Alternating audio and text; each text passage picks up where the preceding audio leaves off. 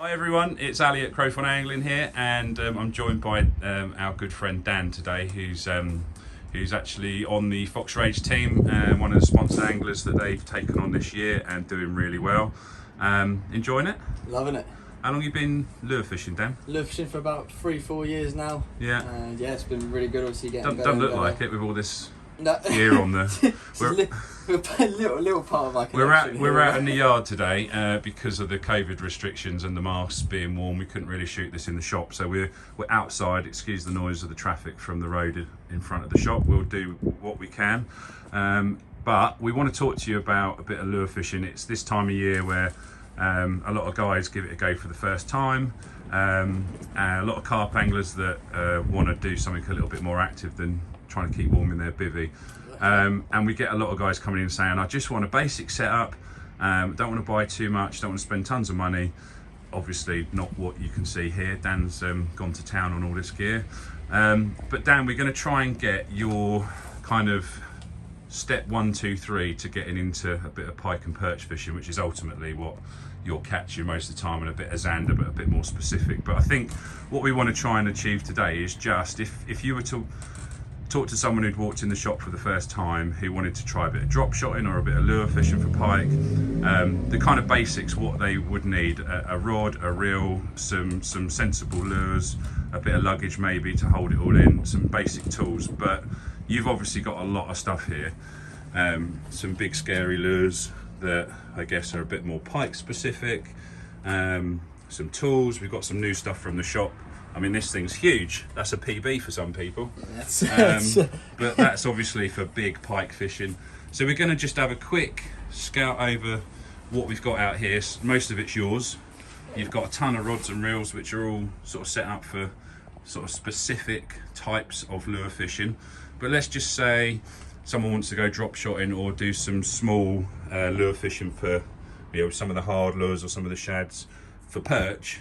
We've got a little Warrior drop shot rod here, which isn't silly money at the end of the day. It's $44.99, and that's gonna allow people to do quite a lot of small lure fishing for your perch and pike, would you say? Yeah, absolutely. Yeah, you don't need to go into the higher range here. I've got, you know, some TI Pro rods, some Prism rods. Obviously it goes up in price, but all are really good quality and great for money. Like you said, the Warrior rod, grab yourself one of these rods for £44. One of the Warrior reels again, £44, and then you're good to go. Just grab some line.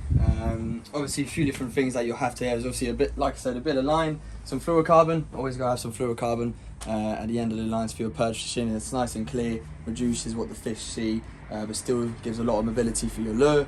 Add a swivel at the end, and you're good to go for the perch. And if you're going to go for the pike, go yourself a trace. Unfortunately, they do have some nice sharp teeth. Without one of these, there's a chance that if they swallow the lure quite deep, it's going to cut you off. So if you're pike fishing, grab yourself some traces. Plenty of them are around here, different lengths, different strengths. Cool. So as a general rule, if we're pike fishing, we're going to use a trace, and some of these big lures straight onto the trace. But for smaller perch stuff, just I guess so it's more subtle, some fluorocarbon over the trace so that it's less visible. I guess that's the main reason. Exactly. You'll be surprised. Some of the perch will go for your big pike lures. They won't even be able to take them, but they'll still strike it. But for me, perch fishing, this is my absolute favourite. Salmo Hornet, hot perch colour, never fails. You know, reel it down a couple turns, it'll go deeper and deeper, and if you stop reeling, it'll start to float up, so you can fish it just over the weeds and just gain the distance in a canal or in a river. Really good, and it feels great on the rod as well. The vibration, it's absolutely epic. From my limited knowledge of lures, which is about as much as I need to know to go and catch a perch and a pike when I feel like it, the bill on the front of the lures and the shape and the angle will determine what that lure's doing in the water. Exactly. Your shorter, stubbier bills which is the bit of plastic on the front, which allows the water to drag across the lure and make the lure behave in a certain way. Usually, and tell me if I'm wrong, but my basic understanding is the bigger the vein, the further it's going to dive, because it's pulling on the sort of water and dragging it down, and the more vertical the bill, the kind of more agitation it creates. Yeah, look at that. So these are the bigger ones here. Is that a deep diving lure? Yeah, it's fairly deep. You'll go about 4 to 5 meters, I reckon, a couple of feet. Like I said, the wider it is, the more vibration you get, the longer it is, and the angle, the deeper you'll go. These ones, for example, here won't go very deep at all, so they're perfect for your canal fishing. I've caught chub, trout, I've caught everything on these ones here. They're perfect. These little minnows, perfect. They don't go too deep, and they wobble very well for the chub as well. So canals generally quite still water, almost like fishing in a lake, as opposed to on a river. You're not going to want something that's diving deep, really. No, absolutely not. No. With things like this, within 2 turns, you'll be on the bottom. Yeah, sure. So I guess picking the right lure for the venue or the fishing situation you're in, you've got to think of a couple of things, real basic things. So condition of water, colour of water, depth of water, how fast the flow's going through. Exactly. And that's probably enough to put your finger on the right lure without knowing too much, without having to study it for years. Yeah, as soon as I get out of the car and I'll go to the stretch of water I'm fishing. First of all, look at the weather. Weather straight away will tell you. If it's really bright and sunny, tells you what to use. If it's nice and dark, you've got some clouds and some wind, you don't want to go for things that are too dull or anything. Things that stand out. And the water, the colour as well. If it's really, really muddy and chocolatey, when you get in the canals, when the boats go through, then you want to go for your brighter lures to bring attention so the fish can actually see them. Or you can go for things that are going to rattle and bring noise and attract the fish to that spot. If it's really chocolatey and you use something like this, bit windy, a bit of wind outside. Falling over. Something like this, and when it's chocolatey and the fish are less likely to see it. But if you're using a bright lure, there's more chance your fish will see it. So if it's quite natural conditions and clear, we're going to try and imitate a more natural looking fish. Absolutely. So you'd go, for example, for this minnow here, which will represent like a little minnow. If it's really clear, it's not going to be too scary looking. Exactly, absolutely. But if it's really clouded up and chocolatey, then that's when the hot perch will kick in. Make it more visual. Exactly, either visual or noisy, and that's when you go for the horn. So as well as colour, you've got vibration. Exactly. So some of these hard lures have rattles in them. So you're relying on visibility as well as there you go. as well as vibration. So that's your first thing to look at then, the condition and colour of the water. First thing, absolutely. And then that will lead you to your more natural colours or your more vibrant and rattling lures. Exactly. We kind of know what we're looking at with the bills. Big bills dive deep, small bills don't dive as deep. Exactly. And then I know it gets a lot more technical than that, but but when you start, you don't have to worry about it too much. But then the important bit is the weight of the jig head if you're going to use these little lures. So all of these lures which come packed in bulk, like these ones we've got just pulled out of the shop. I believe this is one of your favourite lures. Yes, the Grub, absolute favourite lure, especially in this colour, silver bait fish, my absolute favourite. Brand new size, this one. I'm very excited to grab a pack before I leave today, as well as some of the new lures. I think you're leaving with more stuff than you brought today. I never come here without buying a few things, but brilliant colour in all conditions, whether it's clear or misty. That tail really does reflect light, so it will attract the fish. So why would you use a rubber lure or a jelly lure over a hard lure? I mean, will they both work in the right situations, or is that confidence or preference? Both will work. It's definitely going to be preference. I know a lot of anglers like Kev. He loves the wobblers. Absolutely does. I'm learning more and more to use them right now, and he catches all the species with them. Personally, right now, my favourites are the soft baits, especially the slick shads and the pro shads and the supernaturals. I absolutely love these ones. Right. Okay. But they'll both catch fish on the same day. You haven't got to use one over another. It's more just down to personal preference. Yeah, exactly. And you know things like this was a really slow. You can reel this really slow. The tail has a really great action, so you don't want to go too fast, so it moves too quick. But some of the other lures you can't reel them too slow because there's not much action if you're going really slow. Okay. So I guess when I go perch and pike fishing, I always try and work out what the lure's doing in the edge of the water before I start chucking it around. Exactly. If you see bait fish around, they're feeding on the bait fish. If you see loads of minnows swimming, gudgeon, things like that, they're going to go for those kind of fish. So try and get something that imitates that kind of pattern. Yeah, sure. If you see nothing, that's when you play around and try and find what's best and try everything. What gets some attention. Exactly. Yeah. So absolutely. if someone's coming in to have a go at, let's say, some light spin fishing or lure fishing, we've got a couple of cheaper reels in the Fox Rage range, which is either the Warrior or slightly more as the Prism. We've got a little drop shot rod, which is on the lighter end of of your rod range, but you can get a little bit heavier. You can get your light spin, your medium spin. Absolutely. You're going to need a net.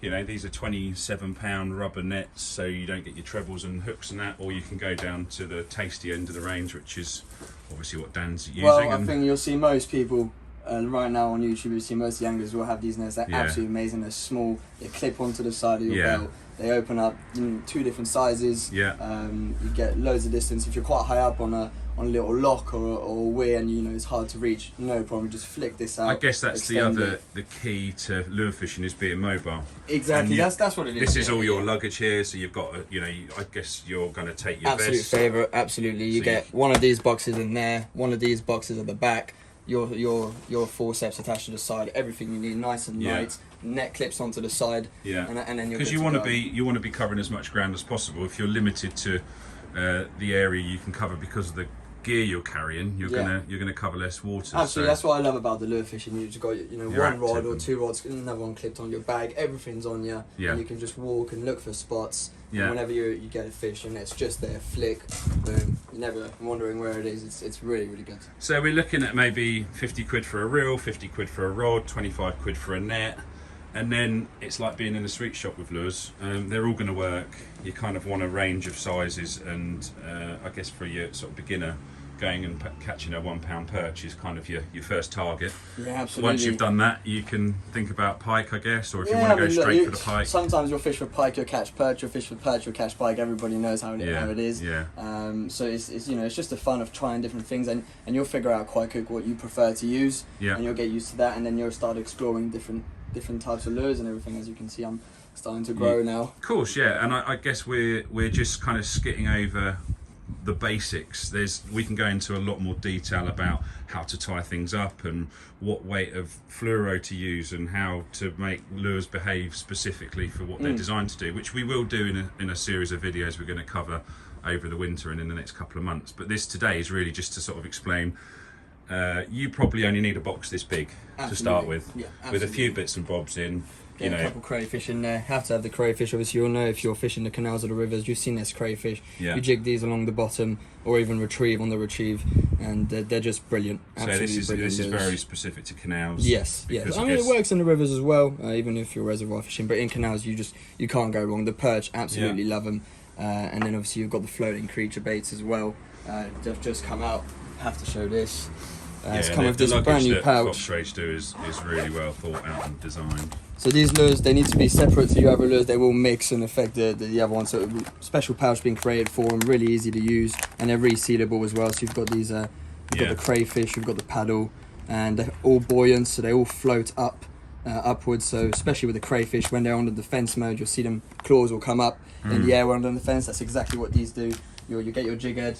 And what it would can you chuck a jig head in? Because I know it's something that people see a bit of rubber and you see a bit of metal and you kind of wonder how they go together. When you see someone do it who's done it 100 times, you get used to it. So the way I explain it, so you've got your jig head. Just before you put it in, how would you decide the size of hook that you need? That's it. Or the body of the lure you're using? Exactly. So you grab your lure. If you grab your jig head and you kind of put it next to it, I tend to put it on the other side so I'm not distracted, and I see where the hook comes out, and I think, okay, that's about right. It's about halfway? Exactly. You don't want it to go too far, otherwise you're not going to have loads of mobility at the end, and you don't want it to go too short, because if it was here and the fish is coming, it has to really go deep. Sure, it's got to take the whole thing in. So you want it sort of like that, halfway or just under halfway. That's perfect for me. So once you've picked the hook size that suits... Here I can see it needs to come out just over the fin here. So what I do, grab the jig head, go in through the top here, go straight as you can along the body. When I reach the spot where I knew it was to come up, just rig it up. Push through, and there you go. And just check it. Looks good. Okay, and if you're not happy, it's nice and easy. You just pull it back out, measure again, maybe go a little bit further this time. There we go. That should be better. So they're quite robust as well. Yeah, absolutely. These lures are great. These lures are absolutely great. And then would you use that specifically for perch or pike, or is that a bit of an in between? These pro shads, absolutely. These I've caught pike and perch on these shads. They're absolutely brilliant. Don't get me wrong. You'll get big pike on small lures. Some people have the idea that you have to have, one of these to catch a big pike, but absolutely not. I've caught some nice, decent sized pike on even the smallest ones. This is my absolute favourite lure. a couple of different sizes, including the new one in the box over there, the Pro Grub. And I've caught some, some double figure pike. I mean, I've had a few pike on that, and it seems like the movement from the tail just terrorizes them to taking absolutely. it. The way when you're reeling, it's another lobble, and if you're dropping it, when it falls really slowly. Yeah. Don't have a too heavy jig head in your canals. 5, 7, maybe 10 gram if it's a deep side. Yeah. But if you put a 5 gram on here when you're beginning, you can't go wrong. You let it drop, and the tail is just absolutely like a love it. almost. Yeah, absolutely brilliant. Okay, so some basic lures which are gonna take your fancy, I guess, on the wall when you're looking at them. There's so many to choose from. A pretty inexpensive rod and reel combo, like well under 100 quid.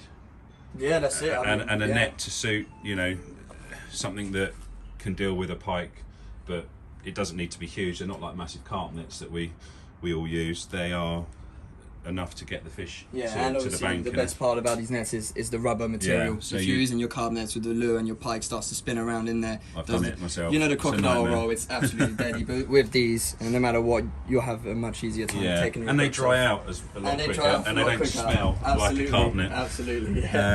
We've got lots of different. I mean, in the shop we've got a good mix of lures and equipment, probably more than most tackle shops our size. Yeah, absolutely, I agree. I mean, the Crowthorne's been in my shop for many years. My dad bought me when I was a little child, and it's always have everything we need. The stocks there as well, always got bits in. And the team's great. Cameraman right now, Ali, brilliant guy. The rest of the team, Pete, inside the shop, really friendly people, and they can advise you on everything you need. We try and pick your brains as well, because we learn a lot from you, and some of the pike and the perch we've caught are probably down to you teaching us while you're in here. I mean, these little replicants are great, aren't they? They just look like a fish. Absolutely love them. The paddle's really good for the pike. They can't resist it. You've got the realistic ones like the wounded perch. A wounded fish attracts the pike. If you can make the ideal thing, if you can make your lure look like the fish is wounded or tired, that pike's coming for it. Absolutely. Well, absolutely. I think in the next videos we're going to tools, of course. You're going to need something to just forgot. You have to have these. There's different sizes, different shapes. This is my absolute favorite. You'll see a lot of people using I have this. the same one. It's a bit of an all for everything kind of tool. So clip that in your pocket or on the side of your bag. It's got the scissors here to cut the line. Okay, you can cut that. You grab the hooks out, nice and easy. You can get longer ones if the pike's solid a little bit deep. Absolutely brilliant. I know Ali actually recommended these when they first came out to me. And my Fox Rage rep told me about these, and it's the one thing that I grab first of all. If it's really deep throat hooking and you've got to get your pistol grips out, then they're usually in the bottom of your bag. But this is the thing that I grab most of the time. It's got crimps on it. It's got a split ring tool on it. Absolutely brilliant. The other thing that I was going to ask you, Dan, is about fish care. Now, obviously, we all try and be responsible anglers, look after the fish. Absolutely. As carp anglers, we kind of have massive unhooking mats so they don't get damaged. As a pike and perch angler, do you need anything in particular for, fish care? Obviously, we talked about tools and how to sort of make sure you've got everything you need to get the hook out of the fish's mouth. But I guess some of these fish are big and you need to stick them on the floor. Yeah, exactly. And just like all the carp anglers know, you have to take care of the fish. And I know it's very, very important. For me, it's the Fox Rage landing mat. Absolutely brilliant. Really light, and you can just clip it onto the side of your bag like this. It's nice and easy. Just take this off here, open it up. As you can see, mine's been used, a little bit dirty. Wet from this morning? Yes, exactly that. Couple of pike this morning, and you've got the measuring mat as well, which is always great for tournament fishing. Perch and pike anglers tend to think about length more than especially in tournaments. It's all about the length. So you land your fish. Make sure you get it a little bit wet if it's dry. Make sure you get some water, or just dip it into the water itself. Just get it wet for the fish itself, for their skin. It's better for them, so it doesn't burn them. You've got the pad for your knees, so you don't get too muddy if you are in a So it's similar to sort of carp fishing and other types of fishing. As long as you've got something that's suitable for them to go on. In this case, it's a measuring mat that's also an unhooking mat. Then you can deal with the fish safely. And like I said, it's so light, it doesn't take up any space. When you're done, you put your fish back, just roll it up, nice and easy, all the way to the end. Grab the straps, and personally for me, your hands are always quite a little bit, gets a bit dirty with the fish. You can clip on a little towel here. This is happens to be the Fox one. You just quickly dry your hands, and then you're good to go. We're going to go into a lot more depth about how we use some of these lures in a series of videos that we've got planned to do over the winter. It's obviously the time of year that everyone wants to get out and get active on the rivers and canals and lakes. I mean, you've done some big reservoir stuff. You've done some competition stuff. Exactly, all the tournaments on Rutland, Pittsford, and Graffham on the reservoirs. Nice deep reservoirs. That's when you're starting to look at the heavier jig heads, like the 20 gram jig heads. And I guess on a smaller like that jig head could look massive, but if you've got to get it 40 foot, 50 foot down, absolutely, there's no point using a 5 gram jig head. Sometimes you get put off by a really big jig head on a small lure, but the fish aren't put off by it, so it works absolutely fine. That's again just understanding the basics about what size jig head, and I mean the size of that one compared to that lure is huge, but you're not fishing at 6 foot of water, right? Exactly. You're fishing at 50 foot or something. And if you want to be jigging on the bottom and there's 50 foot of water and you've got a 5 gram, you're not going to feel anything. You're not going to see the takes on your line. It's going to be too light, so you want to be feeling that bottom. And I guess there's easy ways to start. I mean, some of these loaded. Yes, that's what I was going to say. Right now, you come fishing for the first time. You grab the rod, grab the reel, grab the line, everything you need, the forceps, and then all you need. Couple of packs of loaded stuff. Couple of packs of loaded stuff. You've got the pro shafts with the better wobble. You've got the slick shafts with the some quick drop tail. shot. The drop shot's become really popular. I Absolutely. mean, it's one of my favourite ways, probably because you need to know least about what you're doing. You stick a little weight on the bottom, a hook about 6 inches off the bottom. Whether you'll use, I know you wouldn't use it because you're a lure man through and through, but I've stuck a bunch of worms on and it works absolutely fine. And it works because perch see the movement, but drop shotting is pretty. It saves you losing a lot of lures because it does, and you can fish a lot very more accurate if you want along the canal bank or around weeds. With this, you're controlling the lure and it's dropping and moving. All of that's been thought about in the packaging of some of these lures that you can just grab in a pack. It's kind of like a pick and fish. Yeah, absolutely. We haven't got them out right now, but we've got the drop shot kits ready to go, to go in the shop, so you don't even have to worry about how to tie the hook on or how to clip the weights. The weights are really easy actually. You can change the size and change the height and the length of the line. It's all ready to go. You grab it, just Great. Well, I think as a bit of a quick overview video, there's enough information there for people to see how easy it can be to just get going. Like we said, net, rod, reel, and it doesn't have to be anything special. Something that you can chuck over your shoulder and put a few bits of box and some lures in. I mean, I know you've got all the Fox Rage gear. You're sponsored by Fox, so I'm sure they look after you, and it's the stuff you choose to use. It's been amazing. I'm very privileged to do that. It's been a mission of mine to try and get on the team, and like I said, thanks to the cameraman behind it right now, I managed to get on the team, and it's been absolutely awesome. And who knows where it's going to go. Yeah, well, we'll be back with another series of videos with Dan explaining a lot more detail on all of this gear, how to use it. So we'll try and get the next video up in the next week or two. Absolutely. But for now, thanks Dan for your knowledge and sharing all of that with you. See you soon. Yeah, cheers guys. Thank you very much. Take care.